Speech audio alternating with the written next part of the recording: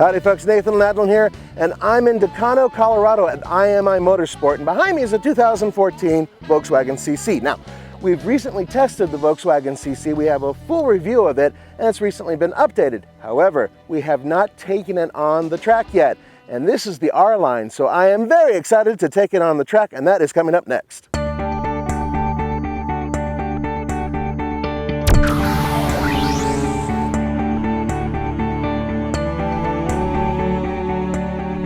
This, folks, is one of my favorite engines, and it's a favorite of many of you, and I know that for a fact because it's award-winning. It's the 2-liter Volkswagen direct-injected 4-cylinder engine. This one puts out 200 horsepower and 207 pound-feet of torque. It's turbocharged, thank God, and even better, it's hooked up to a 6-speed manual transmission. Yeah! So, altogether, this is a very efficient engine and a very powerful engine. How efficient is it? Well, it gets 21 miles per gallon city, 32 miles per gallon highway, and it has a combined 25 MPG. And so far, with mostly highway driving, I've been averaging almost 27 miles per gallon.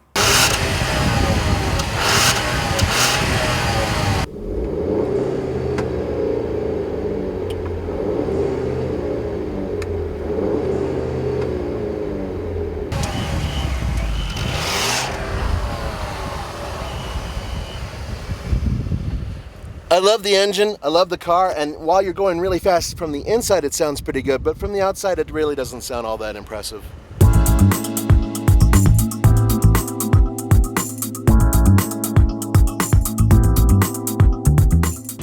Alright, shutting off the AC just very briefly. It's already extremely hot out here. Okay, 0 to 60, 2014 Volkswagen CC R-Line. And I'm not gonna mess with traction control this time. I'm gonna rev it just a little bit. Kind of do a basic takeoff. Maybe about 3,000 RPM or so. And here we go.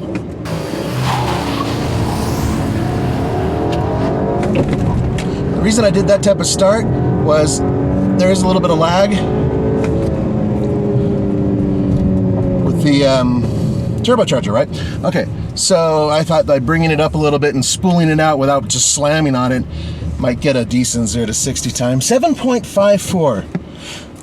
That's not too bad. At sea level with this very same type of car, I was getting 7.2, 7.1-ish, and that was at like a proper track and everything else. So that's pretty damn good. Folks, there are a couple negatives to all of this beauty. One of which is you have compromised trunk space, only 13 cubic feet total. Also, if you go into the back seat, well, now you can sit 3 across. The original CC, you couldn't do that, so that's good, but because of the sloping roofline, headroom is at a premium. Legroom is okay. But you know what? I mean, just look at the car. It is just beautiful. What elegant lines.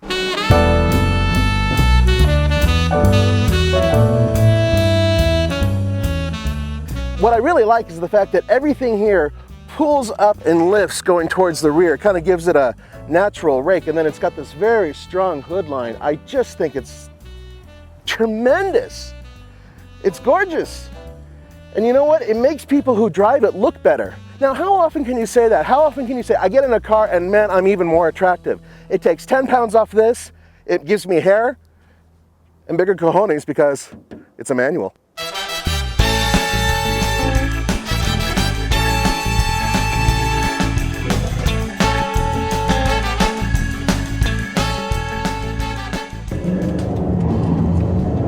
Better takeoff this time. We're doing this again because Andre didn't hit the button at the right time. He added a second to my lap. Now look, we're not really doing this to be completely competitive, but let's face it, it's a fun car. I don't mind getting a good time. Here's the good news. When you do these track runs, what it means to you, the consumer, is, hey, it stops good, it goes from 0 to 60 pretty quickly, good for merging, it has good passing power, which this one really does. When I take it through the canyon, oh dude, I didn't do that right. Actually, it might be okay. It's responsive, actually very good communications. It, talks to you. You have a conversation with the steering wheel. By the way, the steering wheel itself, the actual material is excellent. Love the steering wheel. Overcooked it. There goes my time. This is the corner that I always screw up on anyway. Still a lot of fun. There is a little bit of plow when you drive stupid, but it compensates with really good,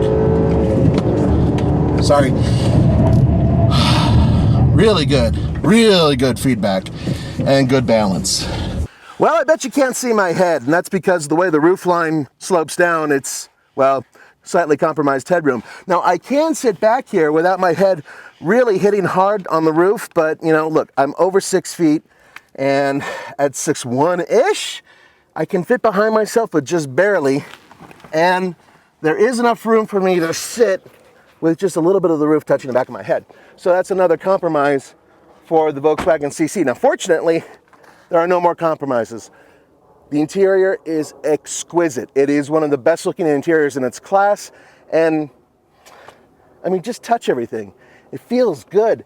Everything here feels quality. And at the end of the day, when you have a German car that has a really awesome interior and high quality, it makes you feel better about your daily driver. 116 even. Yeah, okay. So realistically, if I drove a perfect lap, probably 115. That's still pretty quick, right? I mean, yeah. All right. Good Volkswagen. Yeah. Nice car.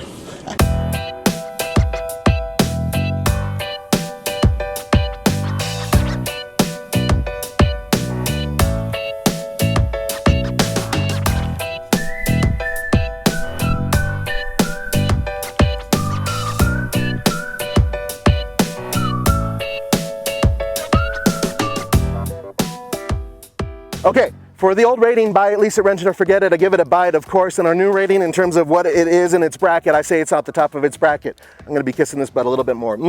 Oh. Nathan! I know.